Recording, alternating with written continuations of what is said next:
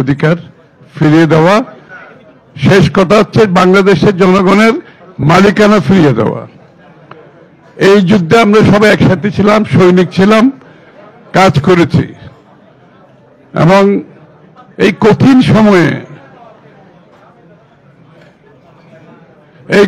সময়টা আমরা যেভাবে পার করেছি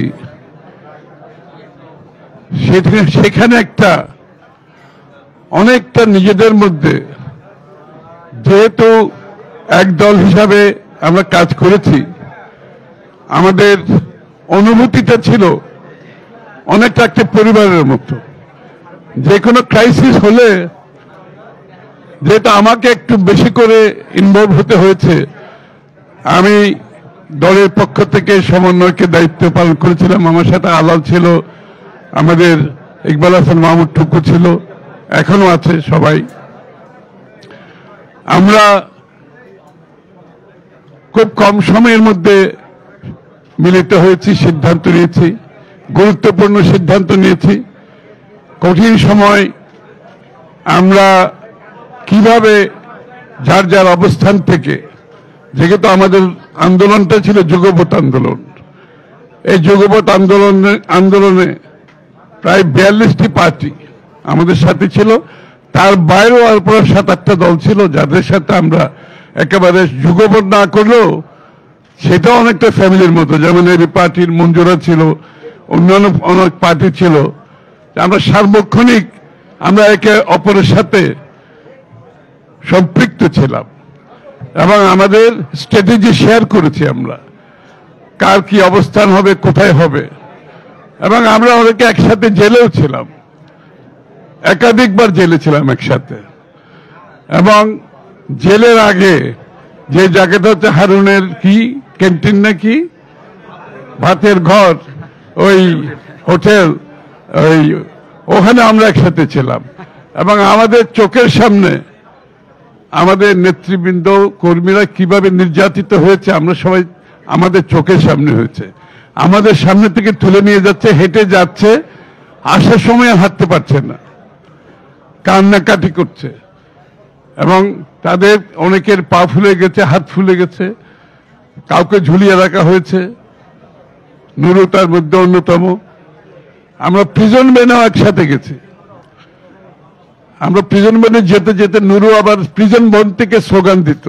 ওই যে ইয়েটা আছে না, ওই জানলাটা আছে ছোট, এই পুরা রাস্তায় সে স্লোগান দিয়ে গেছে জেলখানায়, পুরা রাস্তায়। যেখানে 5টা লোক দেখেছে সে ওখানে দাঁড়িয়ে একটা স্লোগান দিয়েছে। এইভাবে আমরা সময় অতিক্রম করেছি বহু বছর ধরে, দিনের পর দিন, মাসের পর মাস, জেলে ঢুকছি বেরোচ্ছি, জেলে ঢুকছি বেরোচ্ছি, তারপরে ডিবির অফিসে আবার দেখা হচ্ছে, ওখানে দিন কাটাচ্ছি, রাত কাটাচ্ছি। তো এই সময়গুলো আমরা সবাই মিলে একসাথে অনেক কষ্টের মধ্যে একটা কঠিন সময় পার করেছি। এই কারণে আমাদের মধ্যে একটা বন্ধন সৃষ্টি হয়েছে এবং এই স্বৈরাচার বিরোধী আন্দোলনের পরে একটা লাভ হয়েছে, বড় ধরনের লাভ আমার কাছে। আমরা সবাই এই দিনগুলো এত কষ্টের মধ্যে অতিক্রম করেছি। আমি, আমার পরিবার, আমার আত্মীয় স্বজন, আমার বন্ধু বান্ধব, আমি একা না তো, যারা আছে এখানে সবাই এত কষ্টের মধ্যে আমরা দিনগুলো অতিক্রম করেছি। এখানে আমাদের কিছু কমন ফিলিং চলে আসছে আমাদের মধ্যে। এটাই হচ্ছে বাংলাদেশের ভবিষ্যৎ। আমরা যে সবাই সাফার করেছি, কষ্ট করেছি এবং সেখান থেকে বেরিয়ে হওয়ার জন্য, মুক্ত হওয়ার জন্য সংগ্রাম করেছি, সেই জায়গাতে আমাদের মধ্যে একটা ফ্র্যাটার্নিটি ডেভেলপ করেছে, যে কারণে আজকে এখানে সবাই বসে আছে। বাংলাদেশের ইতিহাসে, রাজনৈতিক ইতিহাসে রাজনৈতিক দলগুলো একসাথে বসার কালচার কোনো সময় ছিল না, কোনো সময় ছিল না। কেউ কারোর চেহারা পর্যন্ত দেখত না। আজকে কিন্তু আমরা এখানে বসেছি সবাই মিলে, আমরা বসে ভবিষ্যৎ বাংলাদেশের কথা বলছি। আমরা এখানে বসে আগামী নির্বাচনকে কিভাবে সুষ্ঠুভাবে পরিচালিত করে দেশে একটি গণতান্ত্রিক অর্ডার ফিরিয়ে আনবো, সেই লক্ষ্যে আমরা সবাই চলছি, যার যার অবস্থান থেকে অবশ্য। কিন্তু উদ্দেশ্য একটা, যে 16 বছরের যে সংগ্রাম, সেটা ছিল বাংলাদেশের মানুষের গণতান্ত্রিক রাজনীতি রাজনৈতিক সাংবিধানিক অধিকার ফিরে দেওয়ার সংগ্রাম ছিল এবং সেই সংগ্রামে আমরা জয়ী হয়ে যে বাকি কাজটা আছে সেই বাকি কাজটা যদি আমরা করতে না পারি, আজ পর্যন্ত কিন্তু 14 মাস হয়ে গেছে, হাসিনা পালিয়ে যাওয়ার পরে 14 মাস আমরা অতিক্রম করছি, আজ পর্যন্ত কিন্তু বাংলাদেশে গণতান্ত্রিক অর্ডার ফিরে আসে নাই। ডক্টর ইউনূস সাহেবের সরকার আছে, অন্তর্বর্তীকালীন সরকার, এই মুহূর্তে পর্যন্ত কোন গণতান্ত্রিক অর্ডার ফিরে আসে নাই। কোন যার জন্য আমরা যুদ্ধ করেছি একটি নির্বাচিত সংসদ সরকারের জন্য, সেটা এখন আমরা পাইনি। এই জন্য আজকে আমরা সবাই ঐক্যবদ্ধভাবে আমরা জাতীয় সনদ সই করেছি এবং সনদ সই করার পরে এখন আমাদের বাকি কাজ যেটা আছে, আগামী নির্বাচনকে সকলে ঐক্যবদ্ধভাবে অংশগ্রহণে একটা গণতান্ত্রিক অর্ডার ফিরিয়ে আনতে হবে।